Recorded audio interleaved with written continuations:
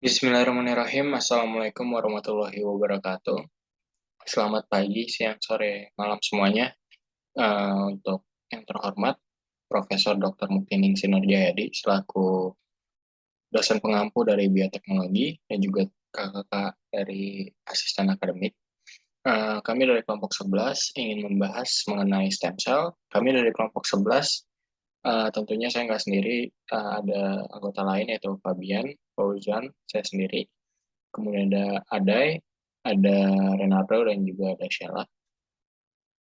Jadi kita start dari apa itu stem cell gitu ya. Jadi stem cell berdasarkan gambar gitu ya, itu adalah sebuah sel induk yang nantinya itu akan menjadi beberapa cabang gitu ya. Ada yang jadi adult blood stem cell, kemudian ada yang dari ada other stem cell. Nah, nantinya itu akan mengerucut lagi, membentuk sel-sel, misalkan sel darah merah, ada juga sel otot gitu ya, ada sel hati, dan segala macam. Oke, jadi penelitian tentang stem cell ini diawali dari Alexander Maximov, di mana beliau menyatakan atau dia bereksperimen bahwa dalam tubuh organisme itu terdapat sel induk yang membentuk sel darah gitu ya. Kemudian akhirnya pada 1981 ya, ada penelitian lanjutan dengan orang yang berbeda yaitu Gail Martin, di mana uh, mereka berdua melakukan eksperimen yaitu mengisolasi sel punca dari embrio, yang mana hasilnya pada 17 tahun kemudian tahun 98 itu sel punca dari embrio itu sendiri dapat berubah menjadi berbagai tipe sel. Selanjutnya, sel punca yang pada akhirnya kami diskusikan bahwa sel punca ini merupakan sebuah sel, gitu ya, entah itu dari embrio, fetus, dan ataupun sel dewasa, itu mempunyai kemampuan untuk memperbanyak diri sendiri.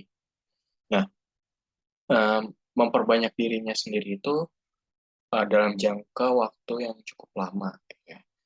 Nah, ketika stem cell ini mampu memperbanyak diri, berarti kan dia istilah kata sel induk ya, ya. Sel induk yang sel belum punya fungsinya apa-apa ya. Nah, maka dari itu sel induknya itu mampu berubah gitu ya, mampu berdiferensiasi menjadi sebuah sel yang pada akhirnya bisa membangun sistem jaringan dan juga organel tubuh. Nah, selanjutnya di sini ada beberapa karakteristik gitu ya dari stem cell. Itu ada berdiferensiasi, itu mampu berubah, kemudian ada self-regenerate atau memperbarui atau meregenerasi sel itu sendiri, dan juga uh, jenis-jenis dari stem cell ini cukup banyak gitu ya, ada totipotensial, ada pluripotensial, ada multipotensial, unipotensial, terus kemudian ada embryonic stem cell, dan juga ada adult stem cell. Baik, perkenalkan saya Sheila dan di sini adalah jurnal yang kami gunakan dalam penyusunan materi stem cell, yaitu berjudul Cultured Meat, State of the Art and the Future, yang disusun oleh Gaidane dan kawan-kawan dan dirilis tahun 2018. Di sini merupakan salah satu contoh dalam pengaplikasian stem cell, yaitu membuat daging kultur. Selanjutnya, di sini ada table of content atau daftar isi apa saja yang akan kami bahas pada kesempatan kali ini, mulai dari introduction hingga dengan conclusion. Baik, beranjak ke bagian yang pertama, yaitu ada pendahuluan atau introduction, di mana daging merupakan sumber protein hewani yang sangat penting bagi manusia, namun memiliki kekurangan yakni cukup mahal didapat, dan dengan meningkatnya penduduk dunia, maka meningkat pula konsumsi daging per tahunnya. Dan bahkan diperkirakan pada 2050 penggunaan daging konvensional atau daging yang didapat dari hewan ternak itu tidak akan mencukupi kebutuhan daging di dunia. Nah, daging kan berasal dari hewan ternak. yang mana menggunakan lahan yang cukup besar dalam pengembangbiakannya, mulai dari tempat tinggalnya dan juga pakannya. Dan juga hewan ruminansia ikut sebagai penyumbang emisi gas rumah kaca sekitar 37% dari seluruh emisi metana. Jadi awal mula mengapa dibentuknya cultured meat ini karena untuk memenuhi kebutuhan daging, kemudian mengurangi emisi gas rumah kaca dan juga tidak memerlukan lahan yang banyak gitu untuk menghasilkan atau untuk memproduksi daging demi memenuhi kebutuhan manusia.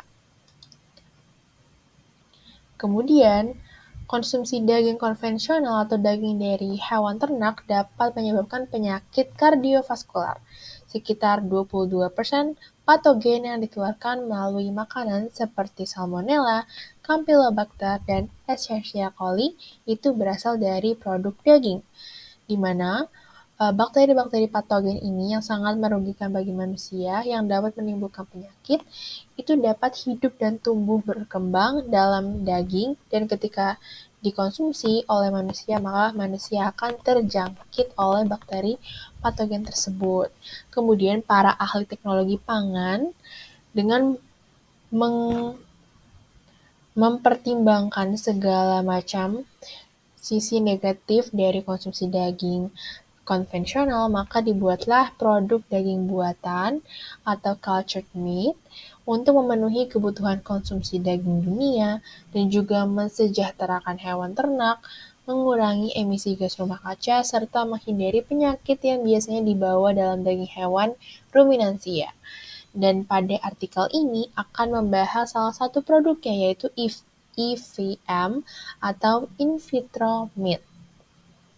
Jadi tadi sudah dijelaskan mengapa dengan menggunakan cultured meat atau in vitro meat ini dapat mensejahterakan hewan ternak sebab untuk manusia memperoleh daging itu kan berarti kita harus menyakiti hewan ternak. Walaupun itu memang sudah kodratnya tetapi kita harus menghilangkan nyawa makhluk lain untuk kita konsumsi. Maka dengan dibentuknya in vitro meat ini dapat meminimalisir untuk menyakiti hewan gitu. Baik, beranjak ke poin kedua yaitu ada artificial meat, di mana daging buatan ini terbagi atas 3 jenis, yaitu ada daging non-hewani, kemudian ada GMO atau penyuntingan genom, dan juga yang terakhir ada in vitro meat atau IVM. Yang pertama itu daging non-hewani itu biasanya dibuat oleh manusia dari dagingnya terbuat dari kedelai atau kacang-kacangan, kemudian corn atau daging dari jamur. Jadi biasanya ini digunakan untuk manusia yang vegan gitu ya, tidak bisa mengkonsumsi protein dari hewani. Kemudian yang kedua, tipe yang kedua itu ada penyuntingan genom, di mana contohnya itu adalah babi transgenik dan juga sapi transgenik. Dan yang ketiga yaitu yang akan kami bahas lebih lanjut yaitu in vitro meat atau IVM atau bisa juga disebut cultured meat, yang dimana daging yang ditanam di laboratorium yang diproduksi menggunakan berbagai teknik rekayasa jaringan dalam media kultur. Jadi dalam artikel ini juga dibahas bahwa diambil sampel berupa otot atau sel-sel tertentu dari hewan ternak yang kemudian dikembangkan di laboratorium dengan media kultur sehingga dihasilkan artificial meat atau daging yang didapat dari buatan atau rekayasa di laboratorium. Selanjutnya di sini ada kekurangan dan kelebihan, di mana di sini kekurangan daging konvensional atau daging dari hewan ternak dan ada kelebihan dari cultured meat atau daging yang dihasilkan di laboratorium. Di mana awal mula ahli teknologi pangan itu mempertimbangkan daging konvensional ini tadi seperti saya sudah sebutkan bahwa membuat hewan menderita karena kita harus mengambil nyawa mereka untuk kita konsumsi.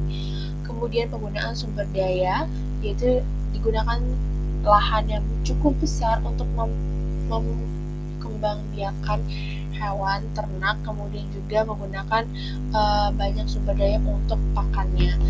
Kemudian pemanasan global, yaitu menghasilkan emisi gas metana, kemudian penyakit bawaan, dan kepunahan spesies, di mana tadi sudah disebutkan bahwa diperkirakan pada tahun 2050 penduduk dunia itu bisa meningkat, dan permintaan daging itu juga meningkat. Jadi apabila tidak disertakan dengan produksi daging yang cukup, maka akan terjadinya kepunahan spesies bagi hewan ternak atau hewan ruminansia.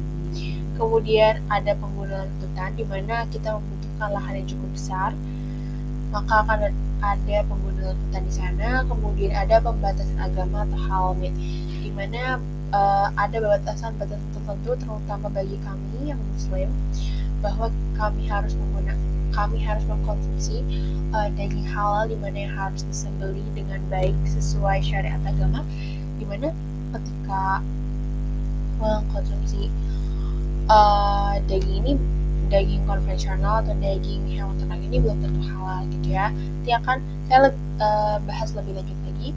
Kemudian di sini ada kelebihan dari cultured meat, di mana menjunjung tinggi kesejahteraan hewan, kemudian pengurangan penggunaan sumber daya, produksinya juga cepat, terhindar dari penyakit bawaan, dan bisa diganti dengan daging vegan, kemudian sumber protein alternatif ini juga sebagai future food. Diperkirakan bahwa cultured meat ini merupakan salah satu bekal dalam misi keluar angkasa dan juga untuk perbekalan di masa depan nanti. Kemudian saya kembali membahas terkait halal meat, di mana dari artikel yang telah saya baca bahwa cultured meat ini dapat dikatakan halal bagi para muslim sebab ada hal-hal tertentu di mana ketika kita sudah tidak didapatkan lagi daging yang dari hewan ternak, maka diperbolehkan untuk mengkonsumsi cultured meat. Jadi dalam konteks kepepet ya. Kemudian bahkan di Kuwait bahwa di sana sudah dihalalkan cultured meat ini atau daging poultry ini tuh sudah dihalalkan sebab tidak ada hal-hal tertentu yang dapat membuat cultured meat haram gitu, karena pembentukannya sendiri, kemudian prosesnya sendiri itu halal, dan dengan syarat bahwa kami muslim tidak mengkonsumsi dalam bentuk darah atau serum darah atau plasma darah gitu. Jadi sudah berbentuk daging itu dapat dikatakan halal gitu dari yang saya baca. Kemudian selanjutnya akan dilanjutkan oleh rekan saya. Berikut adalah skema produksi daging buatan. Sel induk dipisahkan dari sel otot di bawah kondisi pertumbuhan yang sesuai seperti suhunya, oksigen, nutrisi, dan faktor pertumbuhan lainnya. Nah, sel yang telah diambil ini berkembang biak membentuk miotub multinuklear, dan secara konvensional itu media kulturnya ini sebuah serum yang diambil dari hewan. Nah, hewannya ini bisa terdiri dari hewan yang dewasa ataupun baru lahir atau juga janin sekaligus. Nah, pematangan miotub ini menghasilkan pembentukan serat otot. Jadi dari miotub kita taruh di dalam sebuah reaktor yang dimana itu nutrien terpenuhi, oksigen dan segala macam, itu membentuk sebuah serat otot, dan pertumbuhan serat otot ini lama kelamaan dapat menjadi produk seperti daging yang kita makan seperti biasa. Nah, berikut merupakan skema dari scaffold based teknik di dalam produksi daging in vitro gitu. Di sini ada serum dan media komponen ya, kita masukkan ke dalam reaktor. Nah, di dalam reaktor ini kita injeksikan sebuah serum dan faktor pertumbuhan lainnya seperti oksigen kita suplai, kemudian protein dan kita atur suhu serta tekanan dan lain-lainnya, sehingga dalam reaktor itu sel-selnya dapat berkembang menjadi sebuah jaringan dan ya bisa kita gunakan sebagai daging buatan. Selanjutnya kunci dari eh, pertumbuhan ataupun bagaimana kita mensintesis daging buatan di dalam laboratorium.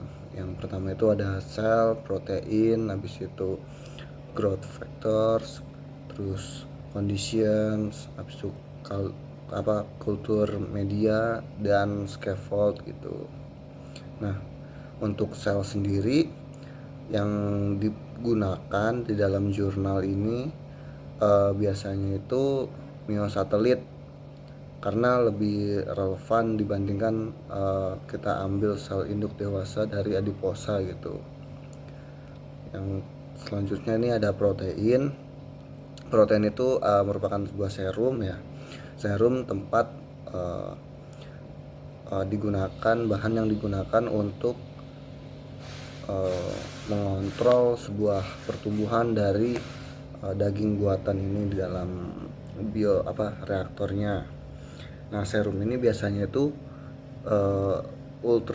ultrasurgy dan komposisinya itu ada bermacam-macam seperti vitamin, protein, mineral sama hormon gitu. Kemudian ada kultur media, ini sebuah media ya yang harus bisa mendukung atau mendorong sebuah pertumbuhan dari jaringan. Terus harganya harus terjangkau dan dapat dimakan dan tersedia dalam jumlah yang banyak gitu. Nah, scaffold sama seperti kultur media, scaffold ini harus memaksimalkan difusi dan mudah dipisahkan dari kultur daging gitu. Terus bahannya juga alami dan dapat dimakan. Oke, selanjutnya ada bioreaktor. Jadi berdasarkan jurnal yang telah kami pilih gitu ya, bahwa di bioreactor ini adalah sebuah instrumen pada jurnal tersebut yang berfungsi untuk kultur sel ya, yang mana kondisinya itu sudah terkontrol dengan baik seperti pH, kelembapan dan juga nutrisi, di mana bioreaktor ini juga dapat memfasilitasi pertumbuhan dan produksi sel dalam skala yang cukup besar gitu ya. Di mana bioreaktor ini sendiri juga terbagi menjadi dua gitu ya. Ada yang perfusi sedang dan juga ada yang perfusi secara langsung. Di mana perfusi sedang ini menggunakan dinding bejana itu yang berputar gitu ya, yang berputar yang mana memungkinkan terjadinya kultur 3 dimensi terendam dalam media. Nah, bioreaktor ini menghasilkan perpindahan massa yang tinggi dengan tegangan geser yang minimal atau yang rendah. Bioreaktor perfusi langsung bedanya itu menggunakan medium yang alirannya itu secara langsung gitu ya, nggak ada yang muter-muter segala macam. Nah, karena dia secara langsung mediumnya, maka di situ ada terjadi pertukaran gas gitu ya, melalui scaffold ataupun perancah ya. Scaffold itu perancah yang berpori.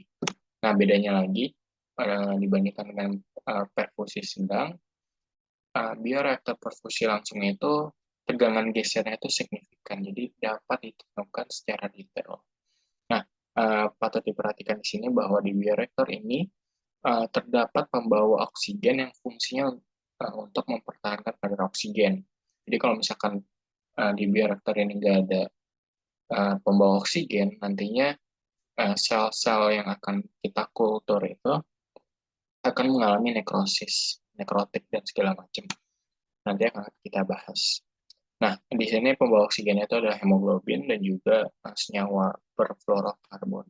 Selanjutnya adalah kultur sel itu sendiri atau scaffolding atau perancah ya, di mana kultur sel atau scaffoldnya ini itu berfungsi untuk membawa myoblast, embryonik atau sel satelit yang berasal dari hewan melalui biopsi. Nah, di mana scaffoldnya ini merupakan sebuah jaring ya, jaring yang berbasis kolagen atau microcarrier yang biokompatibel ataupun yang dapat dikenali tubuh gitu ya. Dan scaffold ini yang bisa terurai. Gitu. Nah, langkahnya itu sel yang ingin dikultur pada scaffold dimasukkan ke dalam bioreaktor yang berisi media kultur yang diam atau berputar. Kan tadi kan kalau berputar itu yang perfusi sedang, dan yang diam itu adalah perfusi yang langsung gitu.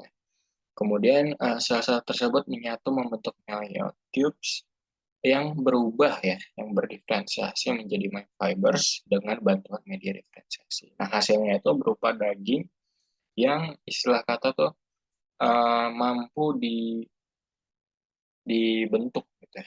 Di sini ada gambar tanda panah gitu ya, yang berarti dagingnya bisa menjadi hasil daging kultur sel ini bisa menjadi daging di hamburger ataupun daging dari sosis. Nah, tapi nggak bisa untuk stick, karena stick itu butuh elastisitas yang tinggi, jadi makanya nggak bisa menjadi stick gitu. Terus kemudian ada self-organizing, di mana berdasarkan jurnal tersebut juga mereka mengambil dari penelitian Benjaminson dan kawan-kawan bahwa mereka gitu ya, mereka di sini maksudnya Benjaminson dan teman-temannya, itu mengekstraksi ekstran otot rangka dari ikan mas dan ditempatkan pada media kultur yang berbeda, yang mana itu ada medianya serum janin sapi, ekstrak tepung, tepung ikan, dan juga ekstrak jamur selama seminggu. Nah, jamur ini adalah jamur maitake. Nah, hasilnya luas permukaan 14% gitu ya, bila ditempatkan pada media yang mengandung janin sapi. Jadi sel itu jika ditaruh di serum janin sapi itu menghasilkan luas permukaan sekitar 14%. Tapi kalau di jamur itu 13%, dan yang sangat luar biasa itu di ekstrak tepung ikan mencapai 79% luas permukaannya. Nah, dari self-organizing ini juga memiliki keuntungan gitu ya, di mana menghasilkan daging yang berstruktur 3 dimensi yang sangat layak untuk dikonsumsi gitu ya, yang sangat realistis, maksudnya yang sangat bisa dikonsumsi. Nah, tetapi juga ada kelemahan di mana pada self-organizing ini sel itu dipisahkan dari media nutrisi itu dengan jarak 0,5 mm. Nah, di mana perbedaan jarak lebih dari 0,5 mm antar perpisahannya si sel dengan medianya itu bisa menyebabkan nekrotik. Nah, tadi udah sempat dibahas, nekrotik itu adalah sebuah kematian sel karena ada faktor lain. Nah, di sini konteksnya itu adalah faktor kekurangan suplai darah, ya, dimana jika darahnya itu tidak memenuhi, gitu ya, maka akan membuat si sel itu mengalami kematian. Berbeda dengan apoptosis ya. Apoptosis memang sudah dirancang ketika memang organel selnya itu sudah tidak berfungsi, maka secara sengaja organel sel itu dimatikan gitu ya, sehingga dapat dibuang. Nah, tapi kalau misalkan di nekrotik ini memang karena ada faktor. Selanjutnya di sini ada 2 teknik dalam pembuatan cultured meat. Itu yang pertama yaitu ada teknik organ printing, di mana melibatkan penyemprotan sel hidup di atas gel yang berfungsi sebagai kertas cetak, yang kemudian sel-sel tersebut menyatu untuk membentuk struktur 3D atau 3 dimensi dalam bentuk apapun. Jadi teknik organ printing bisa dikatakan bahwa merupakan teknik canggih yang dapat menjaga konsistensi daging, vaskularisasi, marmer lemak, dan elemen lain dari daging konvensional seperti rasa dan juga penampilan.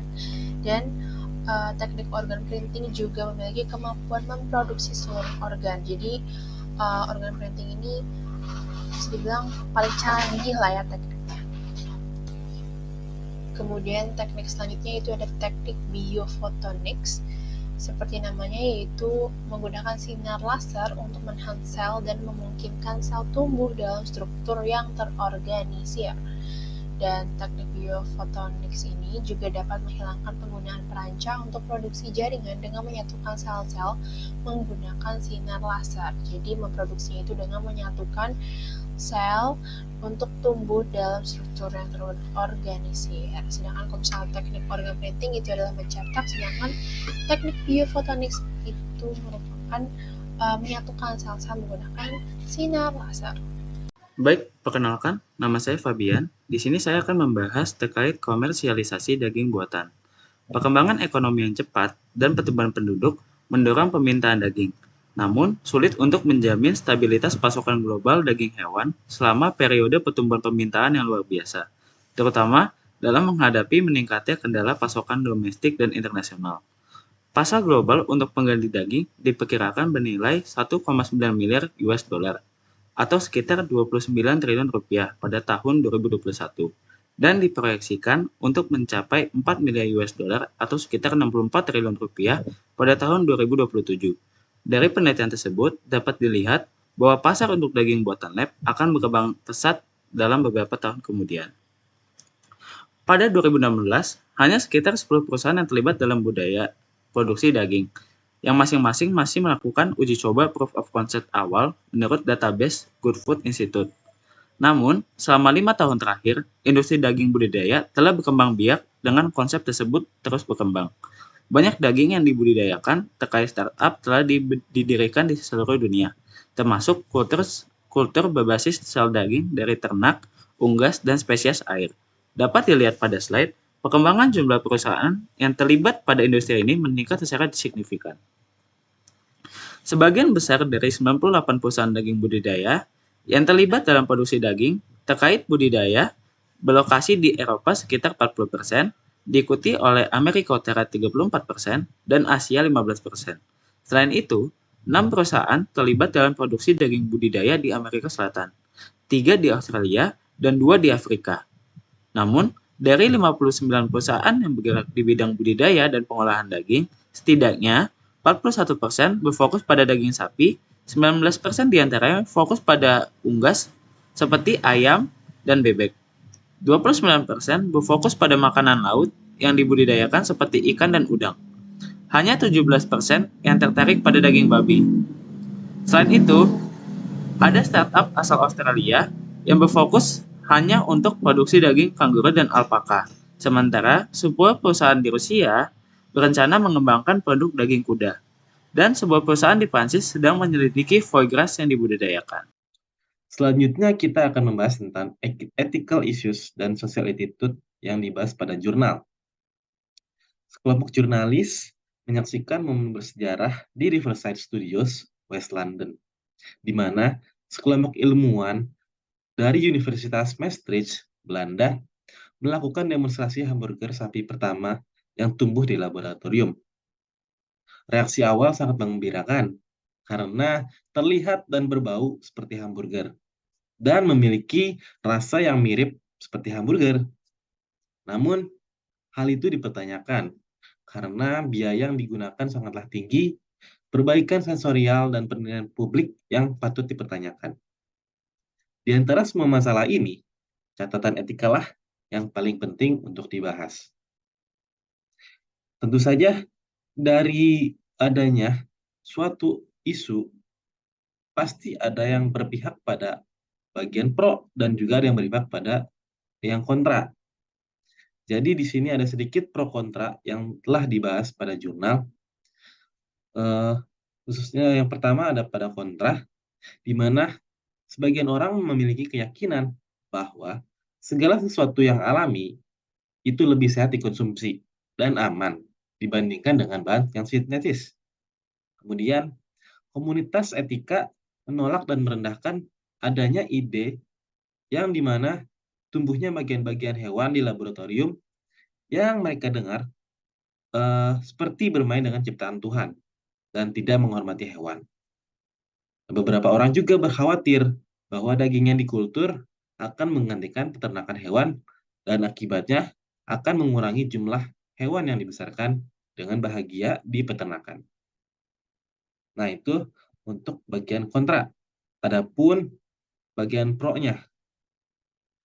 Jika ini adalah kasus yang sangat penting, maka membesarkan dan membunuh hewan dengan yang cara tidak alami untuk memenuhi konsumsi kita juga seharusnya dianggap etis.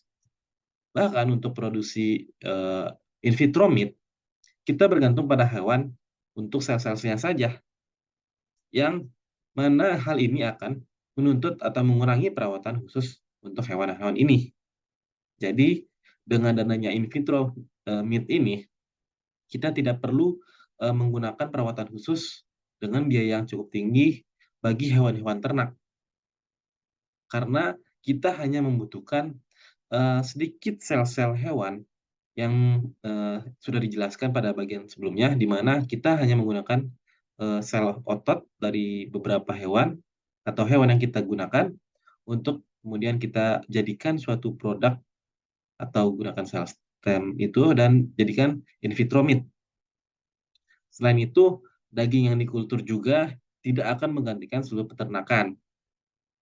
Karena di mana ada bisnis, di situ pasti ada selalu peluang untuk pasar-pasar yang membutuhkannya.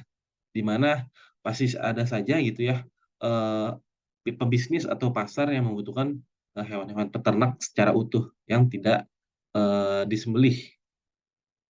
Oke, mungkin itu bagian dari pro kontranya. Dari pro kontra tersebut, kita hanya membahas bagian dari in vitro meat ini terhadap pandangan etis. Selain pandangan etis, tentu saja kita harus mempelajari juga tentang bagaimana cara menyikapinya dalam sosial. Jadi, untuk menanggapi hal tersebut, penulis jurnal ini telah melakukan survei untuk mengubah pola pikir sosial terhadap daging yang dikultur. Dan ini berdasarkan beberapa referensi yang telah diambil. Dan hasilnya adalah sebagai berikut. Pada Flanders, Belgia tahun 2013, di mana ini merupakan tempat tadi ya demonstrasi in vitro meat atau daging kultur yang dijadikan hamburger. Jadi survei ini dilakukan terhadap studi 180 konsumen yang menghasilkan dari 180 orang konsumen tadi, 13% konsumen menyadari bahwa daging in vitro meat itu sangat penting. Daging yang dikultur itu sangatlah bermanfaat. Kemudian setelah demonstrasi, 2/3 konsumen ragu-ragu untuk mencobanya. Seperempatnya bersedia untuk mencoba, sementara 9% konsumen menolak ide tersebut. Padahal, di masa depan, jika tersedia, daging yang dikultur harus bersaing dalam hal biaya dan rasa dengan daging ternak. Kemudian di Australia tahun 2013 sampai 2014, di mana survei ini berdasarkan debat di kalangan akademisi Australia dan media cetak.